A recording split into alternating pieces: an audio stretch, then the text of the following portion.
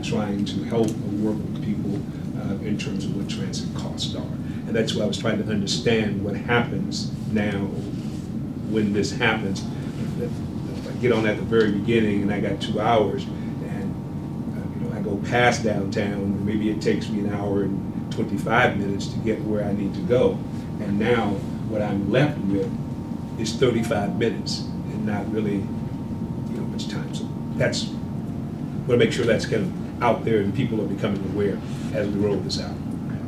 The timing is great. We're meeting next week to talk about the internal and external communication plan, so I will make that point very clear to get that communication out as soon as possible. And this is just operationally, so once the person has the transfer, it's just a manual inspection then by the driver when they get on, or does this get shoved back in the machine? Correct. So they hang on to it. Okay. Yeah, so but the bus driver actually has to look at the time and determine 2 hours.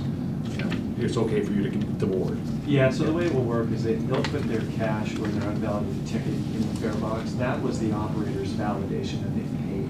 This is kind of the transfer receipt for the next time they board a bus or train. The next time they board, they will certainly have to show that to the bus operator. I was just curious if you're going to have ultimately a system where you just put that in and it says, yeah, you're okay, so you don't have any discretion, or don't put the bus driver. That's the last item Chris will talk about. Oh, okay, all right, good. Yeah. All right, thank you. One more quick question in regards to Dr. Bethel's question. And if I'm riding the bus and I get on with a 2-hour transfer, and I get on between, this expires at 11:45. If I get on before 11:45, then I'm on the bus until I get off, correct? That's right. As opposed to if I'm on Max and I have this 2-hour transfer, and the ticket inspector comes by, a fare inspector comes by, and they see that I'm over my expired time, I could get ticketed, correct? Yeah, there's an interaction, which I'm not the most expert on, but there's and Shelley may know more than I, but the interaction typically is the fare inspector asking where they boarded, and they calculate, please jump in, where they anticipated them boarding. As long as they boarded before it expired, then they won't receive a citation. But if the customer indicated, they boarded just the last stop and it expired an hour ago, the fare inspector will know. So it's not a perfect science, but that's how they, I guess, enforce that issue of someone getting on right before it expires in a paper-based world. So to some degree, there's still this generous 2-hour window, because it's not a 2-hour window of ultimate travel time, but it's a 2-hour window of actually exiting and getting back on. Because once you get back on, you're actually in the amusement park, so to speak, until it closes. Yes. I knew you guys like that. Excellent, thank you. All right. I think we're ready to move on. Okay. All right. Great. So I'll transition. There's the quote of the day, by the way. I got it. So Tom Strader is going to talk about this really exciting mobile ticketing project that we're working on. Yes, another quick ticketing demonstration. Mobile ticketing is essentially using your smartphone to be able to buy tickets and passes and use them on your phone. It's, as Chris pointed out, we think it's a very exciting opportunity. It's an option for customers to buy and use tickets using something that a lot of customers already have in their pocket. Excuse me, it's something that you can use to buy tickets anytime, anywhere. You can buy them at home in the evening. You can buy them when you walk into your transit stop. There's no need to wait in a line at a ticket machine. And it provides a very convenient option for the customer. And so let me show you real quickly how this works, and I'll just run you through the quick transaction process. Can you see that okay down there? Yep. Okay. So when you download the app, you have a one-time registration process. You enter some account information. You're ready to open up the app and buy a ticket. And it's a simple process of selecting the rider, if you're an adult, selecting the ticket type, so you want to buy a day pass, and you check out, it processes your transaction, and then it takes about 2 or 3 seconds to process that transaction, and it shows the ticket in a list of tickets in a ticket library.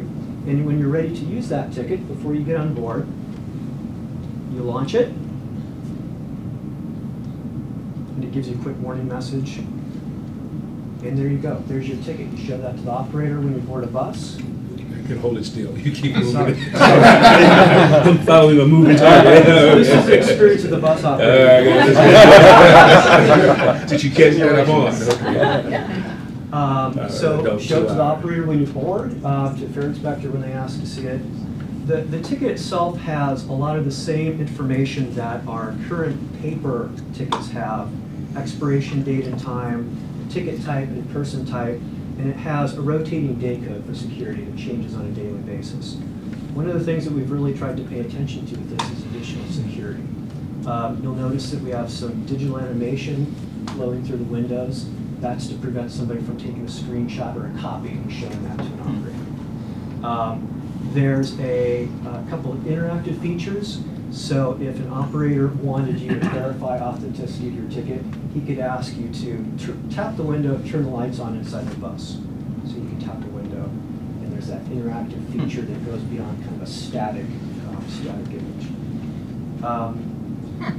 You'll notice that the expiration time will flash for 4 minutes immediately after you first activate a ticket.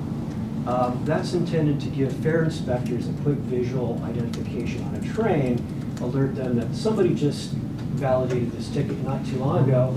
Did they wait until they saw me to actually start the ticket? So that kind of gives them an indication, do they want to look more closely at the ticket? So they can ask them to push the day code button, and it renders the actual validation time of the ticket in a barcode that a fare inspector can scan, provide more information about the count, about the ticket, when it was actually activated, when it was purchased, and if the GPS is turned on, there's some ability to look at where the ticket was actually validated. So there's a bunch of different security layers, and we want to make sure that we have all those angles thought of. If you want to have a closer look at that, I'll pass you. In terms of security also, the firm that we're working with, a company called Globe Sherpas, working with a software security and reliability firm called Galois, who's done work for the Army and Navy, Secretary of Defense, Homeland Security, and NASA. That did a whole lot of things. Oh! I did it. I did it. I lost the ticket. You're in trouble. There you go. Digital stuff gets you in trouble. So the good news is it's a couple. Oh, okay. It's a I couple, saw what you couple of did. clicks. Yeah, it's a I couple saw of what you clicks, did. and you Yeah, can when bring it the went ticket back up. You go back to use the same ticket that you were using. You push that Exactly. again. Exactly. Okay. It doesn't go away, and it distinguishes between an active ticket and a ticket that you haven't used yet. But the firm that we're working with to develop this is working with an outside security specialist to really take a look at the app from top to bottom, not only looking at the transaction security where there may be vulnerabilities, but in the ticket replication as well in the flash pass. So we think there's a number of benefits for the customer, obviously. We think this is probably a nice alternative for some of our special markets, people going to special events, large venues, laser games, Rose Festival, where it really pays to have your ticket in advance. We think this would be a great convenience for those customers. And I'll also mention that we're looking to provide this as a solution for people traveling in groups as well. So a family of four, for example, go to the Rose Festival. We hope this will be a solution for you to buy 4 tickets and be able to show each of those 4 tickets on the phone. Question on the tickets. Yeah. I'm just jumping in. Can I put my monthly pass on there? You could, so we'll sell 2-hour tickets, a day pass, 14-day, 7-day, and 30-day passes. Transaction fee is paid by. How does the funding work? We will be. It's part of the commission that the vendor is charging us. So the vendor pays the banking commission, or the banking fees, excuse me, the gateway fees. We have a couple, to begin with, we're going to have them pay those as part of the package. Long term, we think that we might be able to save a little bit of money during the transaction fees in-house. So we have some different options there, but we want to make sure that we try to get those down as low as possible. So if I'm buying a 2-hour fare, Right. it's costing me $2.50. Oh, yes, excuse me. I'm the rider. Correct. I use this mobile app, it costs me, $2.50. and then the convenience fee, if you will, the processing fee, at present, you're saying will be provided or paid for by the vendor. The customer would not pay that. The customer still pays $2.50. Yes. The advantage for the app provider is to someday convince TriMet to pick up the fee plus some percentage for providing the service. Yeah. So Basically. At present time, they will pay they will pay the transaction. at some point, somebody has to pay it. At some point, presumably that company wants to make a profit or cover its costs. So I suspect they, based upon some pilot project period, they would negotiate with us to provide a service provision, and for that receive some compensation. Yes. Which would be in lieu of expenses that we might otherwise have for operating alternate ticketing systems Exactly. as broadly as we do today, which might offset, reduce some of our expenses, or we would recognize that by providing more convenience to customers, we're getting more tickets sold, and that's a revenue gain, although it comes with some cost of doing business. I suspect our finance department and you are working together to run scenarios in terms of cost recovery versus reduced expenses versus I'll new take revenue opportunities and stuff like Absolutely. that. So I'll take just a real quick shot at that. So in essence, what will happen is the customer pays just the regular price. Of the revenue that is generated from that, there is a portion of the revenue that goes to the vendor supplying the service. So this software company developing the app and the payment processing fees are part of that revenue. So the revenue goes down a little bit, and they take their portion of their money from that, and we have the net revenue from there. So they'll make their money as a portion of that. As a cost overall, that will be lower than our average cost of collections now. So we look at all of our collections. How much does it cost for every dollar that we sell? How much does it cost? And on average, system-wide, it's 11 cents. So we will be definitely below that number when this is up and running. So it will certainly save us in the long run as we launch this. It'd be interesting a year from now to see what the total cost of sales is. If it say to 11, did it drop to 9, or did it go to 12? Absolutely. So I think it's, you nailed it. That is the it's a key. wonderful concept. That's good. It Give is, us and the that's Travis and his dog. one of the things that we really want to do with this is target customers that tend to use those higher cost distribution channels. So ticket machines, for example, they're a perfect market for this. We really want to make sure that they move from high cost ticket machine to a much more efficient digital mobile app. Last question, am I able to do is there some provision that would limit or keep me from taking my smartphone up against Travis's and capturing his ticket? He gets off the bus, I continue to utilize that ticket. I realize it's for a 2-hour period, so I guess it's immaterial, except that 2 people are using one ticket, whereas before just one person buying So if you're tickets. sharing that ticket between phones, Yes. is that your? Is there a way to Is it limit that? impossible? So yeah, it can't do that. Okay. It's technically not possible. Good. Yeah, the biggest thing that we want to avoid is that they capture an image that looks just like it, and they share that with their friend via email or whatnot. So that's where our biggest concern is preventing that reconstruction or photocopy concept. And they can't do that kind of that tap technology, Yeah. which allows you to transmit. Good. So then is the ticket account based then? So if I move to a different phone, then I can download the app and bring up my bring up my account on my different phone if I move from the really slick iPhone 5 to that phone there? Didn't mean anything about that. I think he doesn't like droids. I can bring up my app and then my account on that phone also. That's right. So the tickets are stored basically stored on an account in the back end, stored locally on the device too. So you don't need connectivity to actually launch the ticket. You just need connectivity to make the transaction. But if you don't have connectivity, you can show the ticket. You can still make that transaction. But yes, What would prohibit me from doing what Steve was just talking about, having my account on 2 different phones?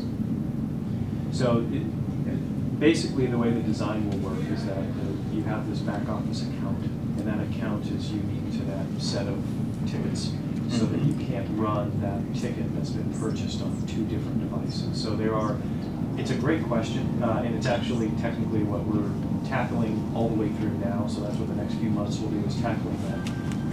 How do you switch phones and upgrade phones? So the concept will be that you have one account, and you have to go probably on the web and do that activation to transfer from one phone to the other. To then it's disabled from one phone and active on the other. Yes, because that is something that's just not going to work for us. Yeah, that was correct. Well, now I feel like a deviant for even asking the questions. I was trying to figure out ways to be able to use the same thing. It's fun to learn how you think. Yeah, I know. One more question if I can, Mr. Chairman. Please. Is there any, let's say for instance, so today I want to buy, let me say I buy 5 2-hour tickets. Okay. And I only use one of the tickets today. In December I want to use another one. Is my ticket still there? Yes.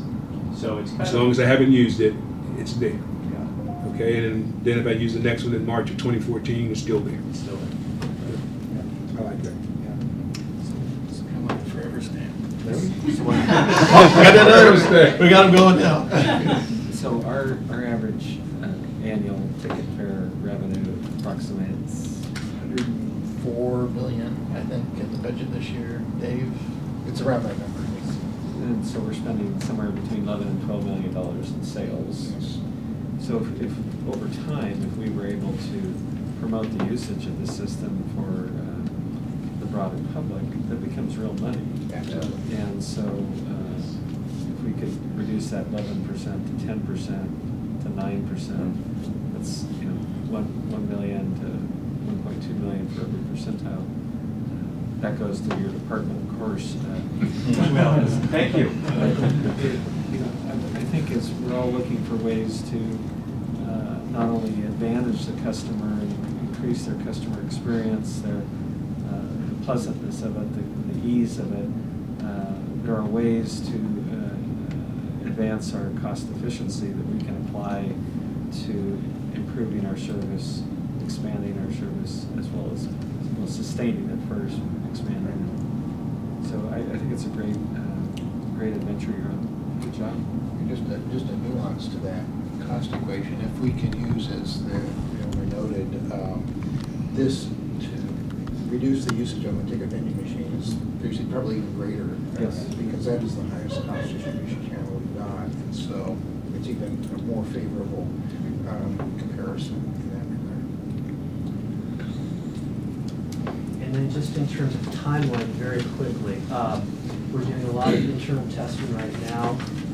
In March, probably mid-March, we hope to launch a public beta test where we actually have 100 to 200 users, volunteers from the public that are helping us test this. And then if testing goes well, we hope to launch in the spring.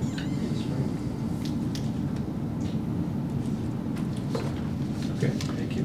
Maybe real quick update. Absolutely. So on the back page, the e-fare project update, this is the larger scale project overall, and I already covered in September the what is and how it works and the objectives. So just real quick where we're at with it today.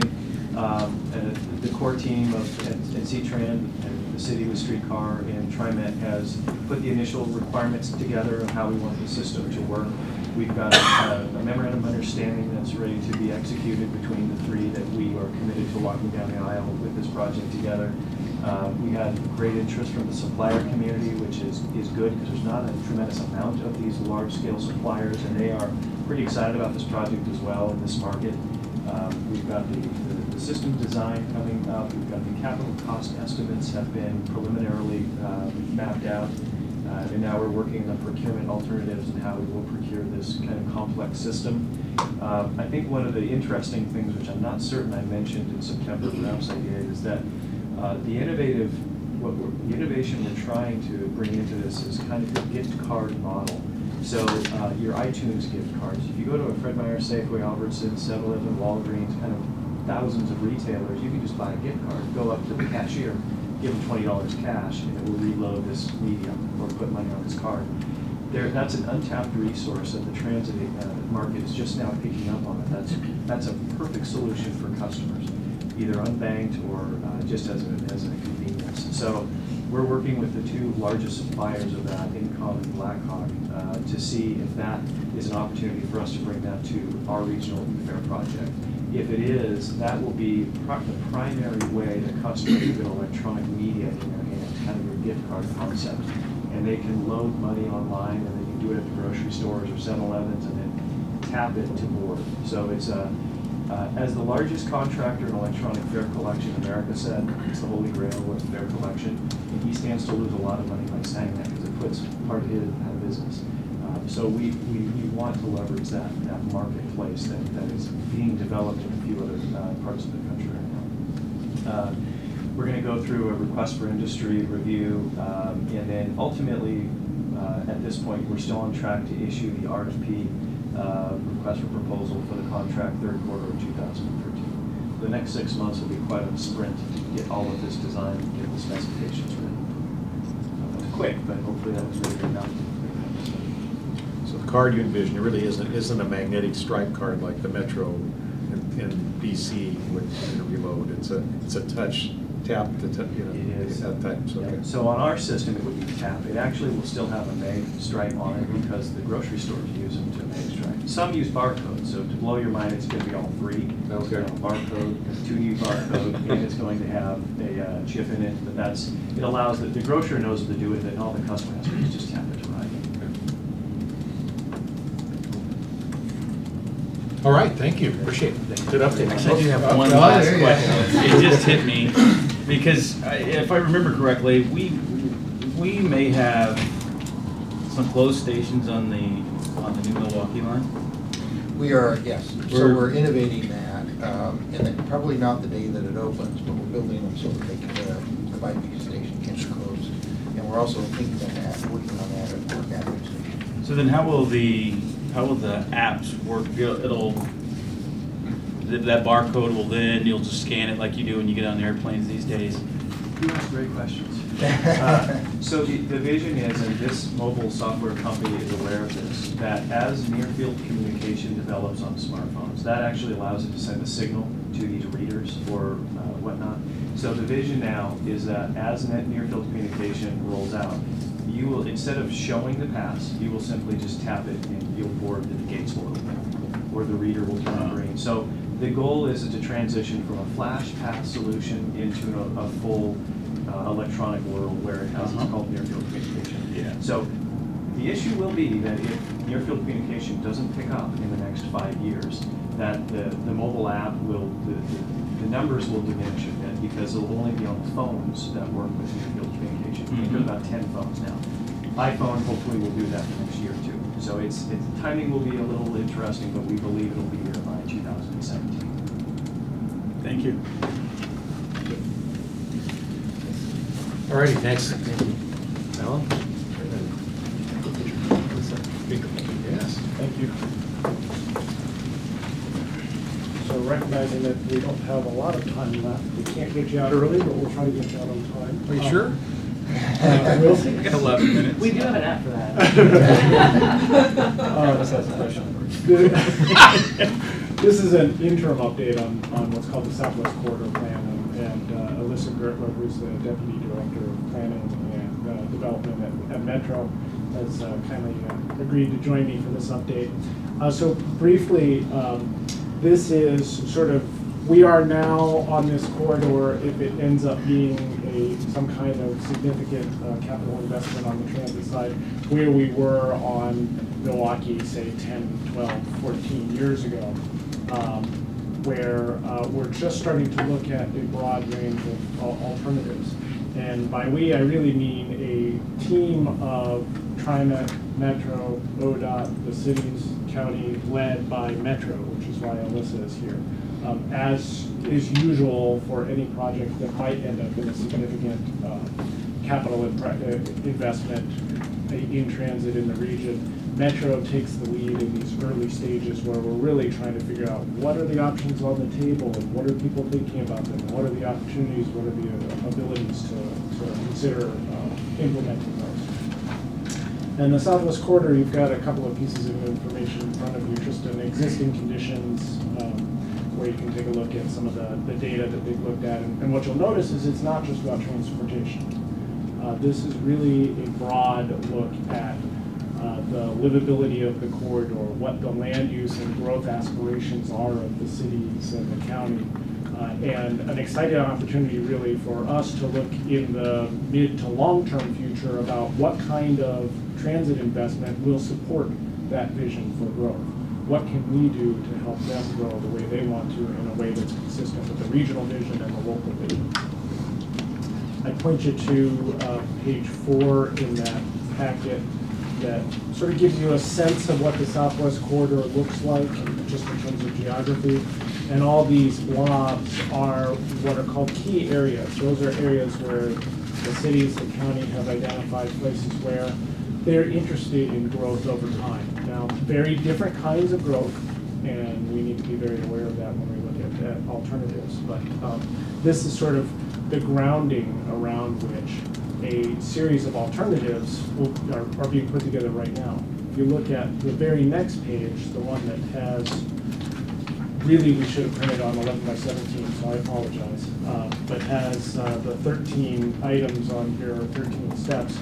We're basically on number 10 and moving into number 11 right now, where we've looked at a really broad range of issues and opportunities, and this includes everything from transit investments, roadway investments, pedestrian investments, bicycle investments, park investments, watershed quality investments, changes in land use, so that the cities are actually well ahead of our process with having done some visioning and updating of their own plans in terms of what kind of development they want to see. So we're in this sort of range of shared investment strategies right now, and they include a whole set of different items, including high-capacity transit, having narrowed from a much broader range to a somewhat smaller range.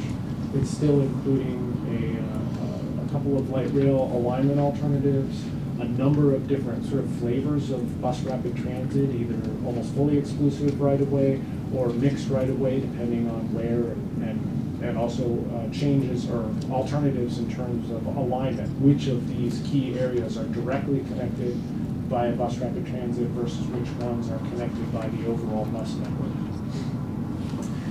We'll be using that information as it's developed and moving into about, the middle of this year. So by June, trying to narrow down somewhat on a set of transit alternatives that then we could consider what to do with. What's the next step?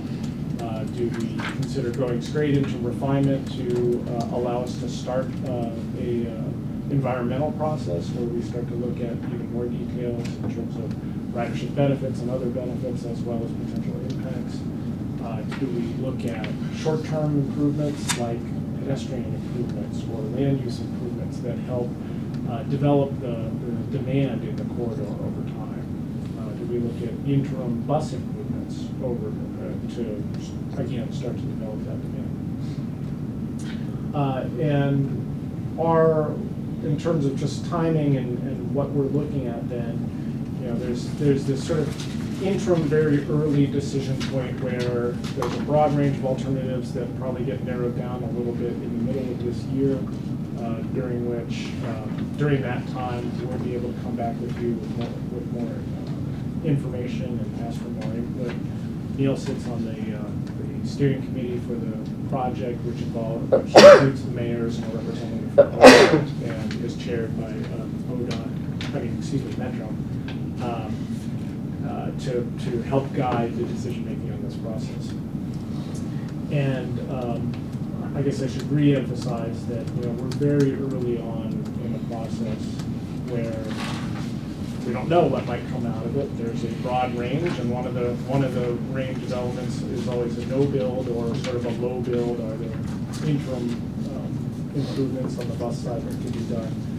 Very much trying to be as much as possible supportive on the long-term vision for the city's growth in the entire corridor, as well as understanding our long-term growth and demand and what's efficient and what makes sense in terms of that long-term investment.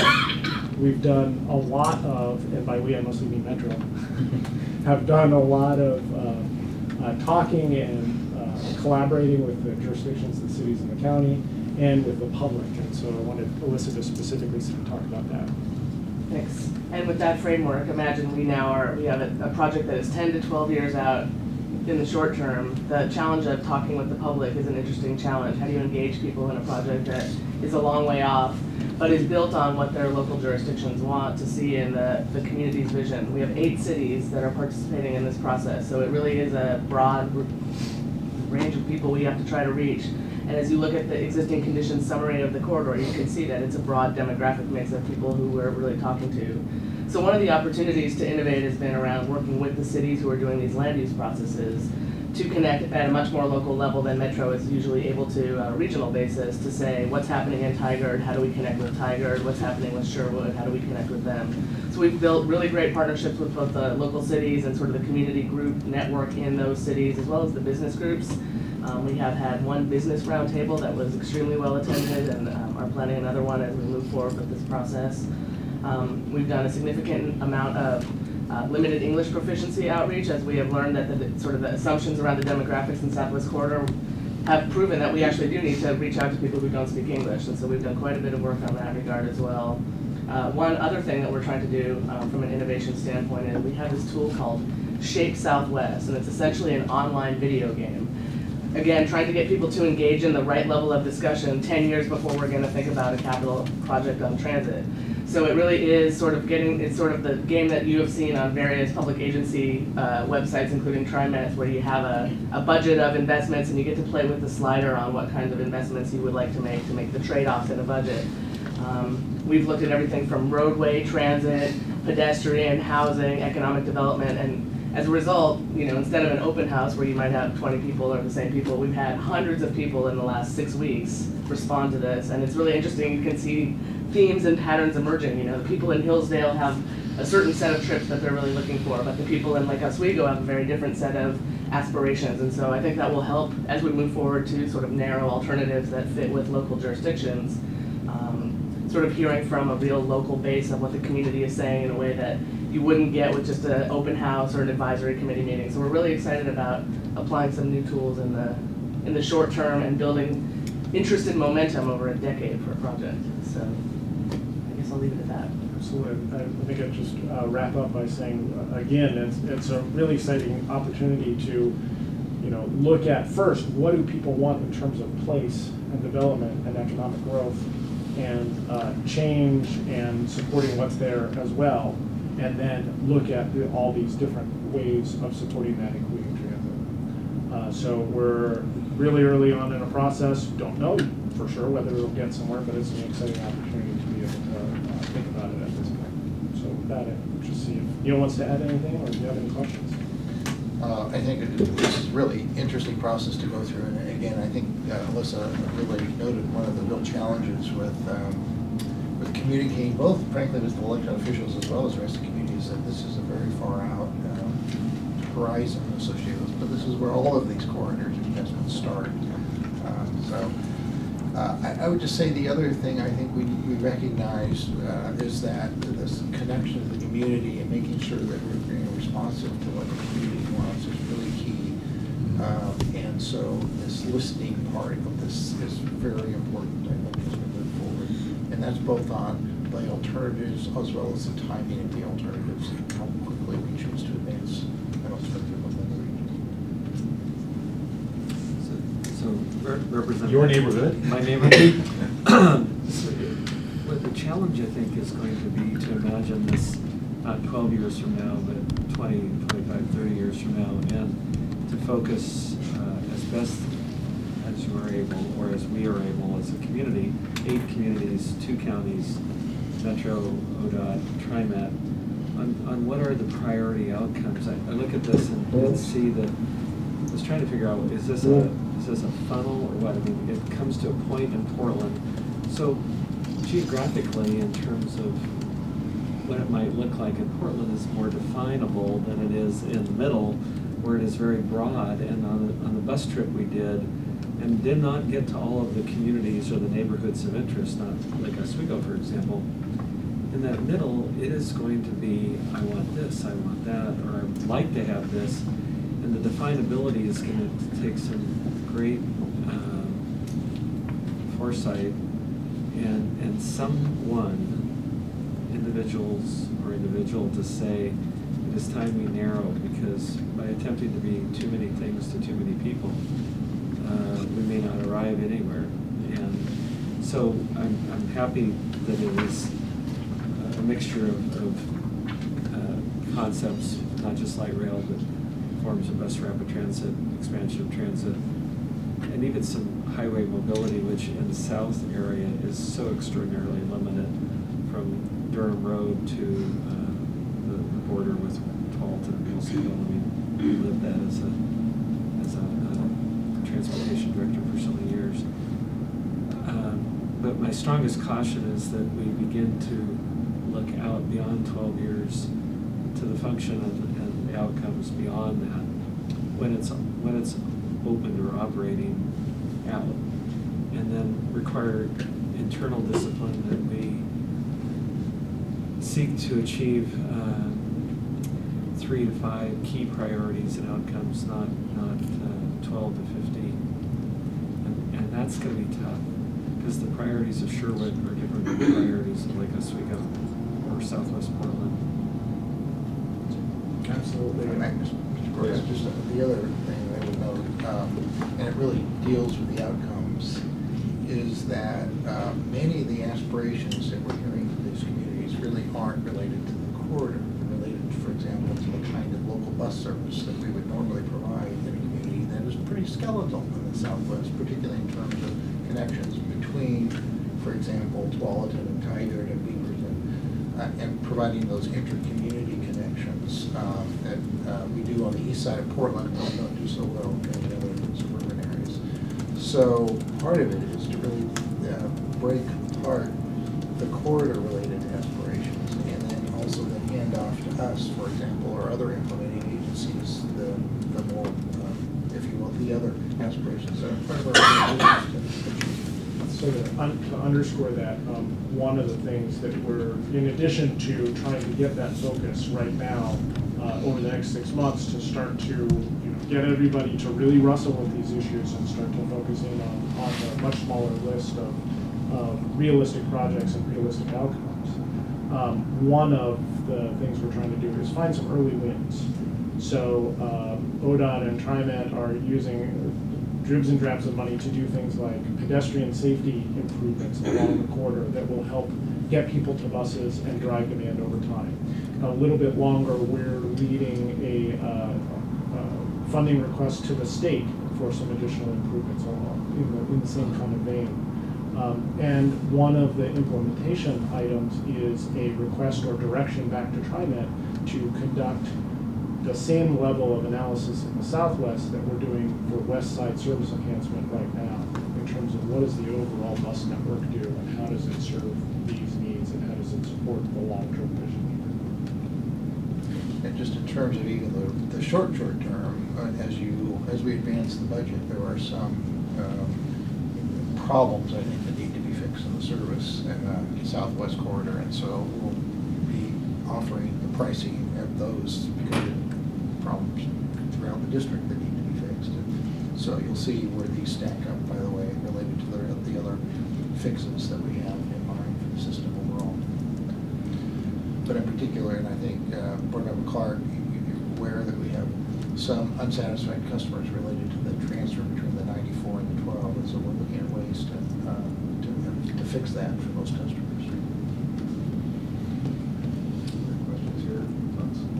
You know, we just went through a very similar process with Metro and TriMet and ODOT out in the East Metro, and you know, I thought the process went really, really well. And so, you know, I think as they embark on this, by no means did we have this many municipalities to deal with, so I do not envy you guys in this part of the process. But certainly, if you know, if some of the same things were followed, I could see a lot of good things coming from, because we've got a great long-term plan of what we need to develop, the transportation solutions that need to be put in place to address whatever the problems that we have. And one thing that did come out of it from a TriMet mass transit perspective was that we are generally, you know, out on the east side fairly well serviced, except for north-south. So that's some of the things that came out of it, especially as we look to grow our employment base at some couple of key properties up in the Trip property, then also at the Gresham Vista Business Park. Those are both commercials, by the way. So as employment bases grow there, we'll certainly be looking to try to implement some of those solutions that were developed. But you know, if we can follow a very similar process, I think some good things are going to come out of this. Although the complexity is, I would say, at least 10 times more complex than what we dealt with out there, because we had a real singular outcome that we were looking for, and this has got some levels of complexity that I do not envy. I guess my thoughts on this is, well, first off, I'm following very closely. I think managing expectations and prioritization is going to be really interesting in this one. I'm glad to see bus rapid transit there, high capacity bus service as an option. It sounds like you have both the fixed guideway as well as, you know, operating within the roadway, which I think needs to be on the table. But I'm going to look at what are the priorities, because I think that you know, there's, as we've talked about innovative service and some of the things we need to do in the future, there may be some other things more locally based that are frankly more important than some of the radial pieces of this, which is what I think you're getting to. So I think it's a challenge. It's a huge challenge here to understand how this all fits together, and I think I want to make sure when we get done, we actually have something that's affordable and can be done, both from the capital and the operations standpoint. And so I'm hoping when we get out of it, it's got kind of a, maybe it's a 30-year plan of investments that has some early on things that maybe can be less expensive than some of the major capital things that have been talked about. And I think everybody has in mind when you look at that forward. I don't know whether I said that well, but I think I look forward to the range of alternatives and how we evaluate those as you go on. So thanks. Good piece of work, and clearly you've got the community energized. Now you just need to manage those folks. All right. I'm sorry. Did you have anything? Oh no. Okay. All righty. Well, I think we're done. Mr. General Manager, are we? Yeah. So I think we'll say goodbye from Wally World West here. What was that reference? I wonder.